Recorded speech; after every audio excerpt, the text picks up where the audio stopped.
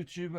On se retrouve toujours en direct du Festival international des Jeux de Cannes pour vous présenter les prochaines sorties.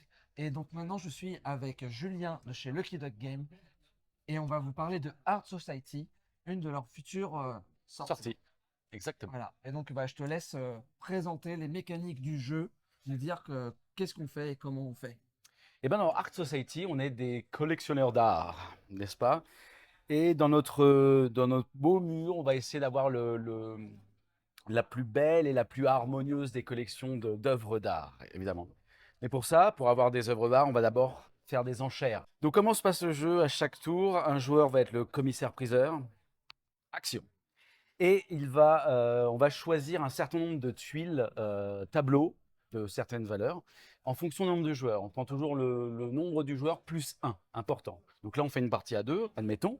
Donc moi je suis commissaire-priseur, je vais prendre donc 3 tableaux. Je vais choisir les tailles de mon choix, par exemple une taille 8, on va mettre là. Je vais prendre une taille 5, ça me paraît sympa. Puis on va prendre une taille 6, histoire de varier. On a bien 3 tuiles. En ce moment-là, on va les retourner et on va regarder nos tableaux.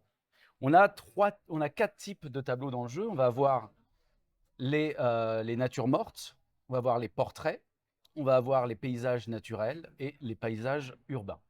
Qu'est-ce qui se passe pendant cette phase-là? On va chacun avoir nos petits palets de vente aux enchères, ce sont des cartes qui vont de 1 à 20, et on va les utiliser qu'une seule fois par partie. Donc ne jouez pas votre carte 20 dès le début.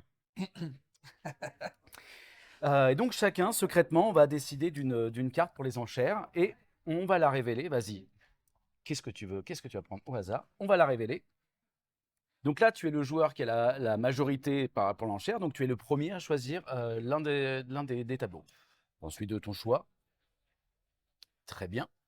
Moi, je vais prendre un tableau également. J'ai pas été très malin pour le coup. Non, mais hop, je prends également un tableau. Et il y a un petit tableau qui reste. Et c'est là que c'est intéressant. C'est que le tableau qui reste, en fait, ça va aller alimenter le prestige de ce type de tableau. Évidemment, nous, en tant que collectionneurs, on l'a boudé. Donc, on va le mettre dans une sorte de marché parallèle. Et on va regarder donc son type de tableau. Donc là, c'est nature morte. On va regarder la taille de ce tableau, qui est une taille de 5. Et donc, on va prendre le jeton nature morte et on va le faire avancer de 5. On va faire ça à chaque tour. Et en fait, pendant la partie, au fur et à mesure de la partie, tous ces tableaux, tous ces types de tableaux vont fluctuer. Et à la fin de la partie, on peut avoir quelque chose qui ressemble à peu près à ça. Donc à la fin de la partie, quand ça va se déclencher, on verra tout à l'heure, on va regarder la valeur, celle le plus éloignée, ça sera celui qui rapportera le plus de points de victoire, puis le deuxième, puis le troisième, puis le quatrième. Donc là, par exemple, dans cette situation-là, les paysages urbains rapporteront 5 points de victoire, alors que les paysages naturels, 2 points de victoire. C'est un petit peu ce qui on ne va pas savoir tout de suite, ça va venir progressivement. On peut essayer de travailler dessus, mais on ne sait pas trop. Donc ça, c'est comment on va scorer une partie du scoring à la fin de la partie, mais c'est pas tout. Une fois que j'ai récupéré un tableau, je vais devoir le poser dans ma zone de jeu. En départ, on va toujours avoir un petit tableau de départ, un tableau de 4, on va tous en avoir un au hasard, qu'on va devoir placer sur l'une des étoiles présentes, soit 2, soit une, comme je veux au départ. Admettons que je commence comme ça. Une fois qu'un tableau est posé, il est posé, on n'en parle plus. On ne peut plus le bouger. Puis, quand je dois placer un tableau, il faut toujours que je le pose de manière adjacente, orthogonalement. Donc, je ne peux pas le placer en diagonale et je ne peux pas le placer ailleurs. Il faut toujours qu'il soit en contact avec un de mes tableaux précédemment posés. Donc là, par exemple, j'ai réussi à le poser, tout va bien. Maintenant, petite particularité, c'est que tiens, hop, ça tombe bien, j'ai un tableau jaune. Si je pose un tableau du même type qui est adjacent par exemple là, les deux natures modes sont causées, eh ben, c'est ce qu'on appelle un faux pas. J'ai fait en termes de décoration un faux pas. Et donc, ces deux, les jaunes, alors qu'ils me rapporteraient là chacun 3 points, 3 points, eh ben, à la fin de la partie, ça ne scorera 0. Il va falloir varier les types de tableaux, mais on va essayer de faire une harmonie avec les cadres. Là, effectivement, par exemple, on a cet exemple qui est ici. Hop. Ici, par exemple, si je pose, on a déjà un cadre nacré, si je pose un autre cadre nacré, j'ai donc un contact de un cadre. Je vais donc pouvoir récupérer une petite décoration de 1 que je placerai où je veux et immédiatement. Chaque décoration a un petit bouclier chaque bouclier rapporte un point de victoire en fin de partie.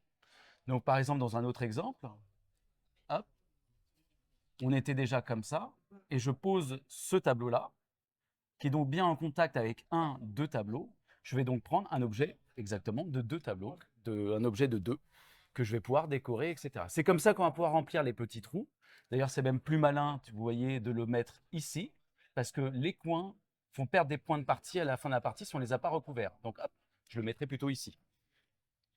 Donc ça, c'est les deux règles de pose, finalement, les trois règles de pose. Il y en a encore une autre, c'est-à-dire que si j'ai mon tableau, par exemple, j'ai toujours mon tableau jaune que je viens de récupérer, mais le poser, comme je vous ai dit, ça fait perdre des points. Donc je peux le donner à mon assistant.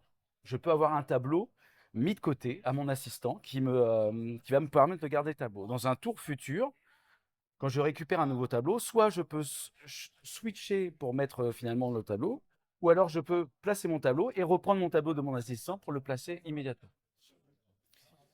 Si jamais, et c'est là que ça commence à être violent, si jamais je commence à être rempli et je ne peux rien poser, je ne peux pas le poser et mon assistant déjà, je suis un peu embêté. Eh ben, je vais déjà regarder dans justement ce que j'appelle le petit marché de l'occasion, en quelque sorte, et je vais pouvoir regarder si dans les tuiles qui ont resté, les tuiles vertes, par exemple pour cet exemple-là, s'il reste des tuiles vertes d'une taille que je peux poser, à ce moment-là, je vais pouvoir faire un échange. Mais en faisant l'échange, on ne va pas modifier la valeur du prestige de ce tableau.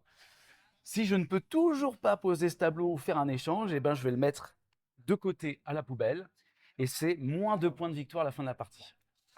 Ça fait mal. Ça fait mal. Mais ça continue. Si jamais j'ai un deuxième tableau que je peux toujours pas poser et que je mets 2 fois à la poubelle, c'est l'une des conditions de fin de partie. Donc à ce moment-là, tout le monde en arrête et on compte les points. Il y a 2 autres conditions de fin de partie, évidemment. La première, c'est lorsqu'on arrive au bout de nos 20 cartes. Comme j'ai dit, on ne rejoue jamais nos cartes, donc on a 20 tours maximum. La dernière condition, c'est si un joueur remplit entièrement son tableau, c'est-à-dire qu'il n'y a plus aucun trou, qu'il a tout optimisé, et que son mur est parfait, à ce moment-là, la partie s'arrête. Et en plus de ça, il va gagner un petit jeton de 5 points de victoire supplémentaires. C'est cool. Sympa. Quand la partie se termine, on va donc regarder les points. On va donc compter nos points de victoire ici. Mais il y a une petite subtilité, évidemment. Dans le dernier tableau, les tableaux qui sont les plus rares, donc les plus prestigieux, on a un petit symbole en dessous.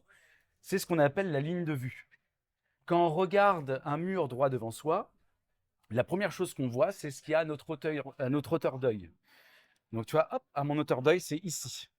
Donc, pour notre exemple, le tableau bleu, qui est donc la valeur la plus forte, si il est en dehors de ça rapportera 5 points de victoire, mais s'il touche un petit peu la zone de vue, elle va rapporter 3 points de plus. Donc là, 5 points, là, 8 points.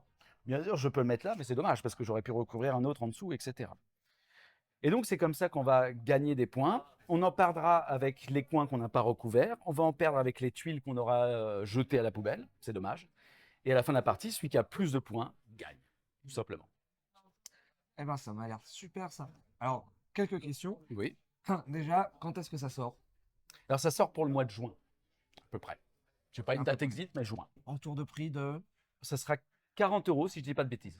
40 euros. Voilà. Alors, comme on est habitué hein, chez Lucky Duck, c'est pas un jeu avec du simple matériel. Là, si je touche le plateau, déjà, on se rend compte qu'il y a un petit peu de volume. C'est pas tout lisse. Non, et ça te permet aussi de bien Ce placer qui ton. permet ouais, de mieux placer les tableaux. C'est ça.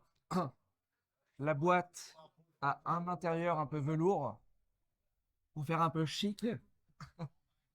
C'est doux. Et la petite cerise sur le gâteau, c'est le couvercle de la boîte. Alors, je suis pas sûr qu'on voit bien à la caméra, mais c'est en relief. Et c'est vraiment très très classe. On a vraiment l'impression qu'on a un tableau avec le cadre Ouais. qui ressort et le tableau en dessous, etc. Donc voilà. Merci en tout cas Julien pour cette présentation. C'est à vous.